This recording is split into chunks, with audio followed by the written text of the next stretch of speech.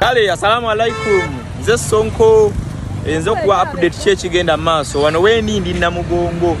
Wano wennyini ku kigwa ky'abajulizi ekye Namugongo nzo okulaba embeera ate nga bweyimiridde oluvannyuma lw'olunaku olw'okulamaga. Ennaku z'omwezi ziri nnya kulamaga kwadde kwa lunaku lwaggulo zigenda beera ssanga 89 okusaba kuba kuwedde nga buli omu atandika okukwata ku kkubo ate okubeera nga ate adda gye yava. Ebiseera ebisinga obungi okujja abantu bagira mu gurupu kutera okubeera okwangu naye obuzibu bwe buva okuva wano okuddayo awo tagali wasinga okubeera nga ava. Era batunulanga mu background yange gy'olaba abantu abawerako bakyali sitaaka wano ku makubo. Abamu tubalabeko nga balinya bbaasi ezibazaayo naye ab'ebyokwerinda bo bakyaliwo bakyebulungudde ekifo okulaba nti wabaawo obuzibu bwonna bugwawo.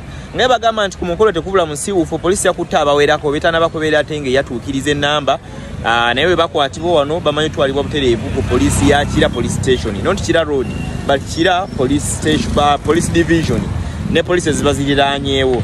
So tukyayongera okuba nga tubawa update egenda maaso wano tumanye abantu bameka abakwatiddwa mulimu abaafiiriddeyo oba nedda ekyo kya poliisi nobeera ng'ekyogerako naye ate abawerako bakyali ku makubo bakyatudde okulaba nti ate embeera eringanga ekyaga nga olaba mu background yange. So tuli Namugongo kulaba nti ba update egenda mu maaso waneeno. Abantu bava mu bifo by'eggwanga ebyenjawulo bamu nga bazze okukola abamu baba bazze okulya ku nva abamu babeera bazze okulamaga.